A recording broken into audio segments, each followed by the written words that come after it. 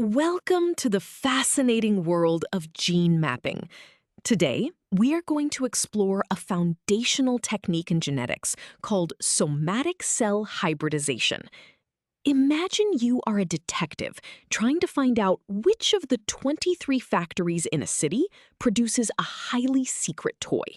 You cannot go inside to look at the assembly lines. Instead, you randomly shut down different combinations of factories every day and observe if the toy is still shipped. This is exactly the logic scientists use to figure out which human chromosome holds a specific gene. Let us dive in and see how this brilliant laboratory technique works. Now that we have our detective analogy in mind, let us look at the actual biological process. Somatic cell hybridization is a laboratory technique where two different types of somatic cells, usually a human cell and a mouse cell, are artificially fused together. The word somatic simply refers to any regular body cell, like a skin cell or a white blood cell, as opposed to reproductive cells, like sperm or eggs. To make these distinct cells fuse, scientists use a fusing agent. This can be the Sendai virus or a chemical called polyethylene glycol, which literally melts their cell membranes together to form a single hybrid cell. Following the fusion of the cell membranes, we get a very unique intermediate stage. Initially, this creates a single cell that contains two separate nuclei, one from the human and one from the mouse. This state is known as a heterokaryon. However, this is not the final form. When this heterokaryon eventually undergoes mitosis and divides, the nuclear envelopes break down and the two nuclei fuse into one. This creates a true hybrid cell with a single combined nucleus, which we call a synkaryon. This synkaryon is the starting point for our genetic mapping panel. Before we move on to the mapping logic, let us see this process visually. On the screen, you can see the step-by-step journey we just discussed. We start with a human cell and a mouse cell on the left. Through cell fusion, they combine to form the heterokaryon, clearly showing two distinct nuclei. As the cell divides, it becomes a synkaryon with a single fused nucleus. Notice the bottom section, which shows the panel of hybrid cell lines. You can see that each resulting cell line has kept the mouse chromosomes, shown in red, but has retained only a random small subset of the human chromosomes, shown in blue. As you just saw in the diagram, something very strange and useful happens as these human-mouse hybrid cells continue to divide in the lab. For reasons not entirely understood, these hybrid cells randomly kick out human chromosomes while keeping all of the mouse chromosomes intact. By isolating different hybrid cells after several rounds of division, scientists can create a panel of cell lines. Each line in this panel contains a completely different, random subset of surviving human chromosomes. This random loss is the exact mechanism that allows us to play our detective game and map genes to specific chromosomes. Now that we have our panel of hybrid cells, how do we actually find the gene? We use a mathematical and logical concept called concordance. Concordance simply measures the percentage of time that the presence of a gene product perfectly matches the presence of a specific chromosome across our entire panel of cells. If a chromosome is always there when the gene is there and always missing when the gene is missing, they are considered concordant. This logical matching is what allowed researchers to assign specific genes, especially those responsible for severe genetic diseases, to their exact chromosomal homes, long before modern DNA sequencing existed. To ensure our logic is mathematically sound, we calculate this relationship using a straightforward formula. The formula is C equals M divided by T multiplied by 100.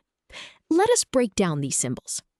C represents the concordance percentage, which tells us how perfectly a chromosome and a gene match up. M represents the number of matching cell lines.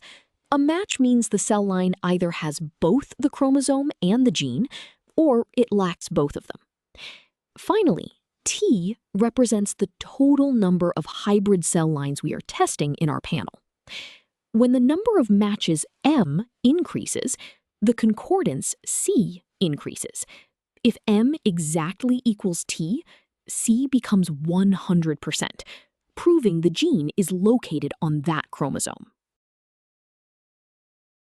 Now that we have our formula, let us see this with a concrete example. A researcher is trying to find which human chromosome carries the gene for enzyme X using a panel of 4 cell lines. Line A contains chromosomes 1 and 2 and produces the enzyme. Line B contains 2 and 3 but does not produce it. Line C contains 1 and 3 and produces it. Line D contains only chromosome 3 and does not produce it. Since we have 4 lines, our total T equals 4. To solve this mystery, we need to calculate the concordance for chromosome 1, chromosome 2, and chromosome 3 individually to see which one perfectly matches the enzyme's presence. Let us apply our formula to chromosome 1. We check each line for a match. In line A, chromosome 1 is present and enzyme X is present, which is a match. In line B, both are absent, which is also a match. In line C, both are present, giving us a third match. In line D, both are absent, which is our final match. Since all 4 lines match perfectly, our M equals 4. Plugging this into our formula, 4 divided by 4 times 100 gives us a concordance of 100%. This strongly suggests the gene is on chromosome 1, but we must check the others to be absolutely sure. Let us verify chromosome 2 to see what a mismatch looks like. In line A, both are present, so that is a match. However, in line B, chromosome 2 is present, but the enzyme is absent. This is a mismatch. In line C, the chromosome is absent, but the enzyme is present, which is another mismatch. Line D is a match, since both are absent. Here, we only have 2 matches, so M equals 2. 2 divided by 4 times 100 gives a concordance of only 50%. Because the logic breaks down, we can definitively conclude that the gene responsible for producing enzyme X is not located on chromosome 2. Let us solidify our understanding with a slightly larger panel. A genetics lab is mapping a human muscle protein across 5 hybrid cell lines. Line 1 has chromosomes 4, 7, and 8 and makes the protein. Line 2 has 4 and 8 and makes it.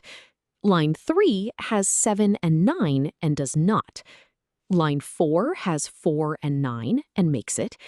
Line 5 has 8 and 9 and does not. Our total T is 5. If we evaluate chromosome 4, we see it is present in lines 1, 2, and 4, where the protein is also present. It is absent in lines 3 and 5, where the protein is also absent. This gives us 5 perfect matches. 5 divided by 5 gives a 100% concordance. To be thorough, let us evaluate chromosome 8 as a comparison to see why it fails. It is present in lines 1 and 2, which are matches. However, it is present in line 5, but the protein is absent, creating a mismatch. It is absent in line 3, which is a match. It is absent in line 4, but the protein is present, creating another mismatch. Here, M equals 3. 3 divided by 5 gives a 60% concordance. By systematically checking every chromosome, we find that chromosome 4 is the only one with a perfect match. This physically means the DNA sequence coding for this muscle protein resides somewhere on chromosome 4. We have covered a lot of ground today, so let us review the most important ideas. First, somatic cell hybridization is an elegant technique that fuses human and mouse cells to form a synkaryon. Second, as these hybrid cells divide, the random loss of human chromosomes creates a living puzzle, allowing us to build a unique panel of cell lines. Finally, by using the mathematical concept of concordance, we can perfectly link a surviving gene product to a surviving chromosome. Finding a 100% concordance proves the exact location of a gene. This foundational method transformed genetics from an abstract science into a concrete map of the human body. Great job following along.